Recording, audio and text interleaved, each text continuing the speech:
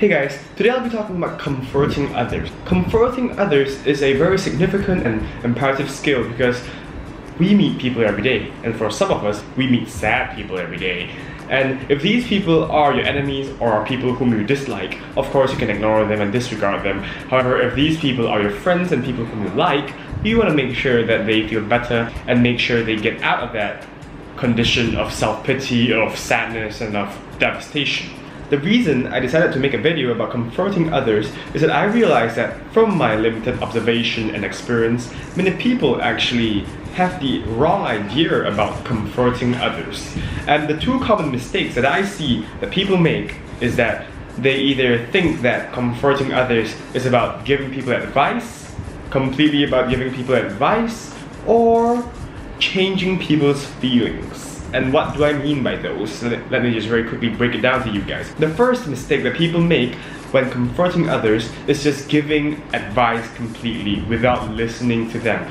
The keywords here are without listening to them. Have you ever had people when you're sad who just go, oh, let me tell you about this, okay? All you have to do is, or I've been through this before, all you have to do is. So the words all you gotta do, all you should do, or I've been through this before, actually do not help the sad person at all. If you are one of those people who just blindly give advice and recommendations and what you call inspirational sayings, then just leave it, okay? Because the sad person is not going to listen to you. The second mistake that people make is that they think that feelings can be replaced by another feeling. So what I want to say here is that one feeling cannot be replaced with another. If a person feels sad right now, it's impossible to make them feel happy. It's impossible to just make them replace that sadness with happiness all of a sudden, because you know, we are not robots, we are humans. We have biological and cognitive processes in our mind which do not work like that, okay? We can't just change feelings from one to another. And what do I mean by expecting one person to change from one feeling, or rather replacing one feeling with another? One meme I actually saw online I feel very perfectly illustrates this second mistake of feeling replacement, as I would call it. And it goes like this. There's an old man sitting on a chair which is facing the edge of the cliff. Oh my gosh, I'm at the edge of the cliff. I feel that life is so hopeless. Can I just jump off the cliff now and end my life and die? And there's an old lady behind him, presumably his wife, who goes, oh come on Donald, all you gotta do is to change the position of your chair and face me so that you are not facing the edge of the cliff. What Donald's wife is trying to do here, like many people who make the second mistake, is that she wants to make sure that Donald changes from his feeling of sadness to a feeling of contentment or happiness, I don't know. But you see, our minds don't work like that. You can't just replace one feeling with another. Now, although she does have good intentions, she does try to change the situation for Donald, it still doesn't work like that because the view, the perspective of the sad person has not changed. And that is what is the most important thing. If you do not change the view, the perspective of the sad person, that person is never going to cheer up. Even if the sad person is in the best situation that he or she could be in, he or she would still never be content because their view has not changed. Now, knowing the two mistakes, comforting others seems so complex and complicated and difficult, but fear not. I'm here to tell you that comforting others is actually not as difficult, and it can actually be as simple as keeping your mouth shut, literally, keeping your mouth shut. The key, I think, at least, to comforting others is to listen, L-I-S-T-E-N, to listen to other people.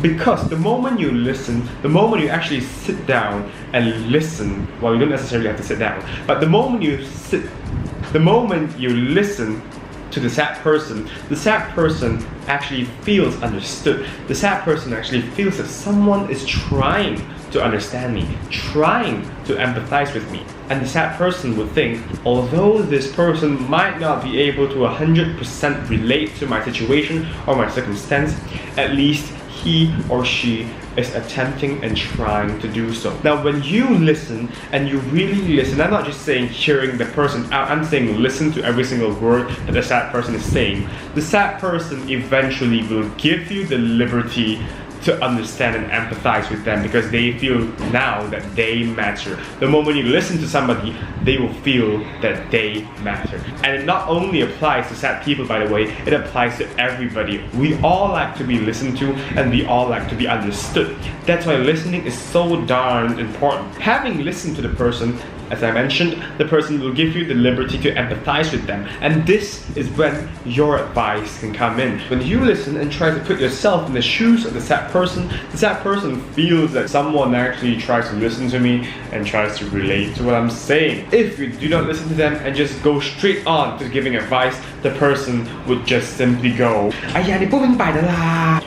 Or, you're not me, so how can you understand? Now therefore, to reiterate my point, the entire process of comforting others must start from listening. Of course, I cannot say how you should exactly comfort the person step by step, from this step to that step, because everybody goes through things differently. I do not know what the situation of that sad person could be in. That's why there is no set formula to how you should comfort people. But you should always start with listening, because when you listen, the person feels that they are understood, feels they matter, and will give you the liberty to give them advice. Therefore, the next time you try to comfort a sad friend or just a sad random person, make sure that you start by listening to them, because that will make them feel that they matter. What do you think about comforting others? Let me know in the comment section below. Thank you very much.